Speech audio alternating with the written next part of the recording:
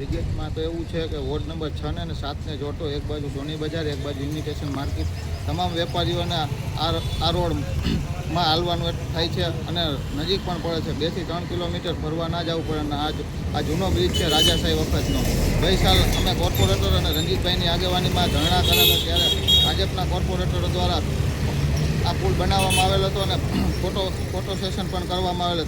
તો હવે આ પુલ તૂટી ગયો છે, ત્યારે ભાજપના કોર્પોરેટરો ક્યાં છે? તો હવે કેમાં તૂટેલા પુલનો ફોટો સેશન નથી કરતા? એમને દેખાતું હોય છે પણ એમનું કંઈ હાલતું નથી. ઉપરથી જે કહેવામાં આવે એટલું જ કામ કરવામાં આવે છે. તમે જોવો છો કે આ પુલની બંને બાજુ કામ થઈ ગયું છે, કલર રંગરોગાન થઈ ગયું છે, પણ આ પુલ તૂટેલો છે. અહીંથી હજારો લોકો કાયમીની માટે હલનચલન કરી રહ્યા છે, તો પણ કોઈને નહીં દેખાતું એવું તો બને નહીં. વિરોધ પક્ષને તો શાસક પક્ષને ધ્યાન દોરવાનું જ હોય છે અને વિરોધ કરવો એ અમારી ફરજ છે. જ્યાં કામ ના થતું હોય ત્યાં અમારો મેયર અને અધિકારીઓને ધ્યાન દોરવું અમારી ફરજ છે. મેયરશ્રીને કહેવા માગું છું, આપ અને આપના સ્ટેન્ડિંગ કમિટીના ચેરમેનશ્રી દ્વારા એવું પણ કહેવામાં આવ્યું હતું જ્યારે બજેટ બનતું હતું ત્યારે કે અમે માલધારી સમાજની એનિમલ હોસ્ટેલ આપશું, પણ આજ સુધીમાં 3 એનિમલ હોસ્ટેલ માત્ર કાગળ ઉપર છે. એક પણ એનિમલ હોસ્ટેલ સ્થળ ઉપર ફાળવવામાં નથી આવી. તો મેયરશ્રી અને સ્ટેન્ડિંગ કમિટીના ચેરમેનશ્રી એ બાબતે કેમ નિવેદન ક્યારેય આપતા નથી?